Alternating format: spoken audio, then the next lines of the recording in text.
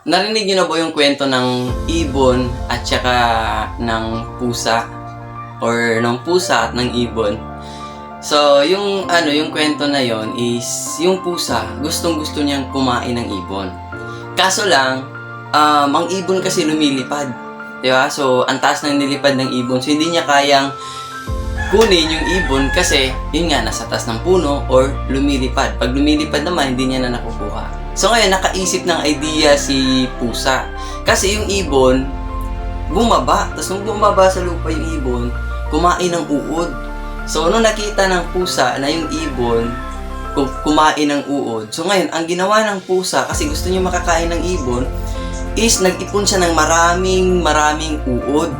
So ngayon, nung naipon na ni pusa yung maraming uod, nilagay niya ito sa isang planggana. Ayan. So, nung nilagay niya nito sa isang planggana, dinala niya ito sa ilalim ng puno. So, ngayon, nung dinala niya ito sa ilalim ng puno, at yung ibon nakita yung maraming uod. So, ngayon, yung ibon bumaba. So, yung pagbaba ng ibon, nakita niya may pusa, bumalik uli siya taas, lumipad siya.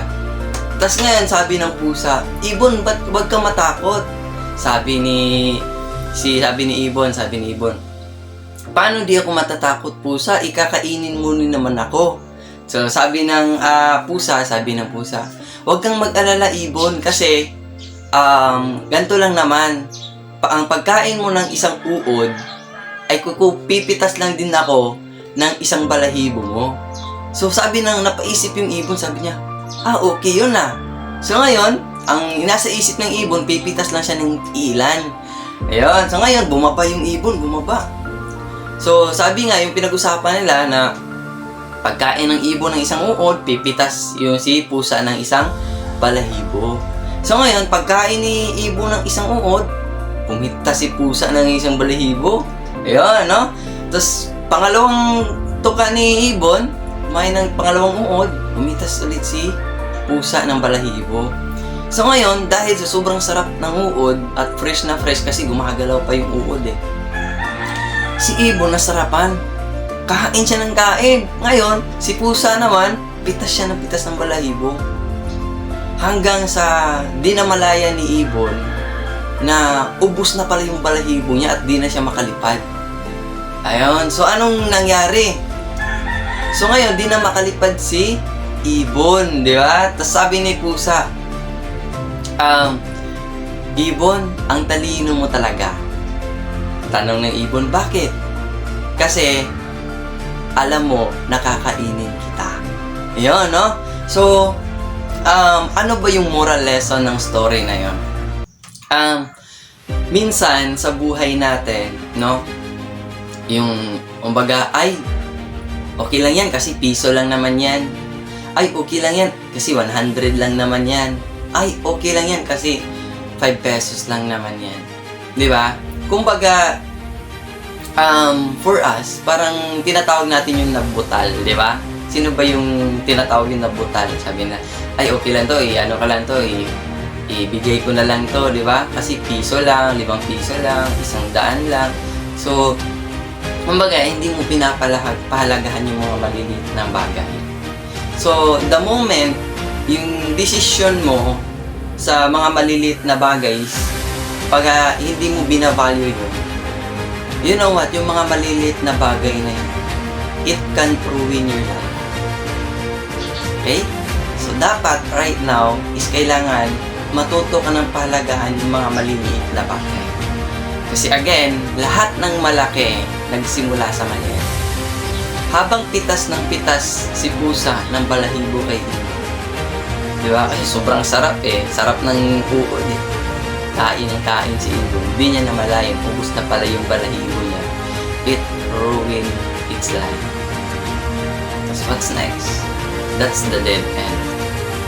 Diba? So, sa inyo lahat na nakikinig ito, ewan ko kung napanood nyo na din itong kwento na to. Basta ito lang yung masasabi ko. Every little things in your life, value it. Okay? You need to value it. Because that little thing, either it can ruin your life or it can change your life. Ibig sabihin, what you need to do right now to change the situation in your life, even a little thing every single day, do it. Because after 1,000 days or 100 days, it can change your entire life. Even a little things. Can you imagine a 5 peso? Ngayon may 5 peso ka. Hindi mo pinahalagan. Ay, okay lang to, hindi ko ipunin to. Ibili ko na lang to ng chichirya. Ibili ko lang to ng candy. Kasi mabigat sa bulsa. Can you imagine if iipunin mo yan sa isang buwan, yung 5 piso na yan. Tapos araw-araw may 5 piso ka. Magkano na yan? Kasi sa 10 araw meron kang 50 pesos. So, sa 30 days, meron kang 150 pesos. Habang naiipon mo yan, habang tumatagal, is sobrang laki niyan. Maybe hindi lang isang 5 piso yung meron ka ngayon. Baka meron kang 3 5 piso. Tapos feeling mo, ay maliit lang naman to. Iwawaldas mo. No. Learn to value small things. Because that small things can make an impact into your life. It can change for you or ruin your life. That's why right now, kung napanood mo itong video na to, please subscribe na din in my YouTube channel and also hope na may natutunan ka sa pinapanood